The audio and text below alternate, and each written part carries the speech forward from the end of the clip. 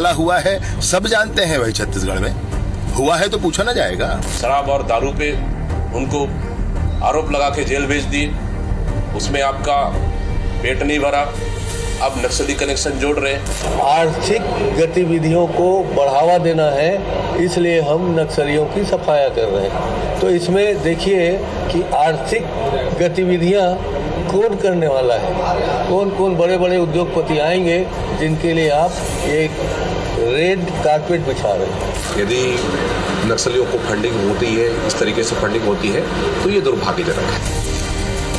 इस वक्त पूरे देश में छत्तीसगढ़ में नक्सलियों की सफाई के लिए चलाए जाने वाले एंटी नक्सल अभियान की चर्चा है। जवानों की जांबाजी और बदली स्ट्रेटेजी की बदौलत 2026 में देश से पूरी तरह नक्सल सफाई का दावा है। तो वहीं दूसरी तरफ पूर्ववर्ती भूपेश सरकार के दौरान शराब घोटाला केस में सेंट्रल जेल रायपुर में बंद पूर्व आबकारी मंत्री कवासी लखमा से ईडी के बाद अब ईओडब्ल्यू की पूछताछ को लेकर चर्चाओं का बाजार गर्मा गया है। बुधवार और गुरुवार को ईओडब्ल्यू टीम ने सेंट्रल जेल जाकर लखमा से घंटों पूछताछ की। बताया गया कि करीब 12 सवाल उनसे पूछे गए, जिसमें लखमा की संपत्ति कितनी है, उसे कैसे और कहां से अर्जित किया गया, सुकमा कांग्रेस भवन का निर्माण और नक्सलियों को पैसे पहुंचाने उनके मनी ट्रेल पर भी सवाल पूछे गए। लखमा से पूछताछ पर मंत्री केदार कश्यप कहते हैं कि नक्सलियों को फंडिंग दुर्भाग्यजनक विषय है। केदार कश्यप ने तंज कसा कि अब तो कांग्रेस ने भी लखमा को लावारिस छोड़ दिया है। वहीं गृह मंत्री विजय शर्मा के मुताबिक एजेंसियां केवल अपना काम कर रही हैं।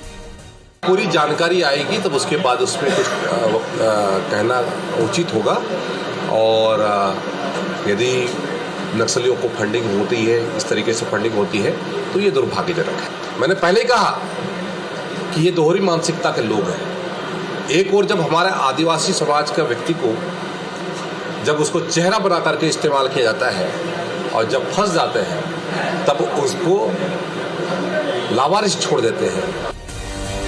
इधर कांग्रेस ने इस पूछताछ को लेकर गंभीर आरोप लगाते हुए कहा कि सरकार आदिवासी नेताओं को टारगेट कर रही। पूर्व मंत्री लखमा पर आज नक्सल कनेक्शन निकाले जा रहे हैं, कल कोई दूसरा कनेक्शन निकालने का प्रयास होगा। वहीं नेता प्रतिपक्ष कहते हैं कि लखमा पर किसी का नाम लेने का दबाव बनाया जा रहा है, नक्सल फंडिंग की बात कबूल करने को कहा जा रहा है। और तो और उन्होंने प्रदेश में नक्सल खात्मे के तेज एक्शन के पीछे सरकार की मंशा पर भी सवाल उठाए।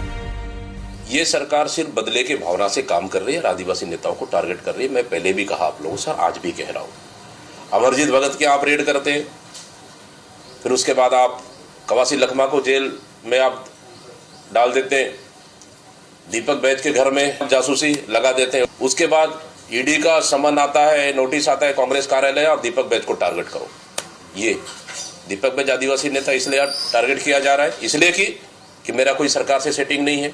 आपने शराब और दारू पे उनको आरोप लगा के जेल भेज दिए, उसमें आपका पेट नहीं भरा, अब नक्सली कनेक्शन जोड़ रहे हैं। मुझे कल बताया गया है कि इस तरह से बातें सामने आ रही हैं, मगर इसकी सच्चाई बिल्कुल मैं अभी विश्वास नहीं करता। मैं उसका अध्ययन करना चाहता हूँ। जानबूझ के फंसाने के लिए, जैसा मुझे पता है कि तुम्हारे फंड में नक्सली फंड भी शामिल है, तुम या तो मानो या तो बोलो कि इसने किया है, या तुम भारतीय जनता पार्टी में आके शामिल हो जाओ।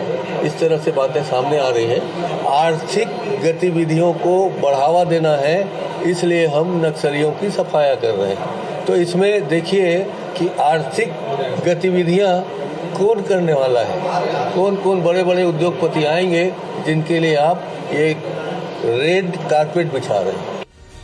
वैसे पूर्व मंत्री कवासी लखमा पर झीरम घाटी हमले के वक्त से गाहे बगाहे शंका और सवाल दोनों जोड़े जाते रहे। पूरी जांच के दावे तो हुए, लेकिन पुख्ता तौर पर कोई कनेक्शन या एक्शन सामने नहीं आया। दूसरी तरफ नेता प्रतिपक्ष डॉक्टर महंत का नक्सल सफाई के पीछे उद्योगपतियों के लिए रेड कारपेट बिछाने वाले बयान पर गंभीर सवाल उठ रहे हैं। सवाल है कि क्या नक्सली मनी ट्रेल या नक्सल सप्लाई चेन कनेक्शंस का ठीक पता नहीं लगाया जाना चाहिए। सवाल ये भी, क्या नक्सल सफाई को लेकर चल रहे अभियान पर महंत का तर्क उचित है? रायपुर से सौरभ परिहार के साथ ब्यूरो रिपोर्ट, IBC 24।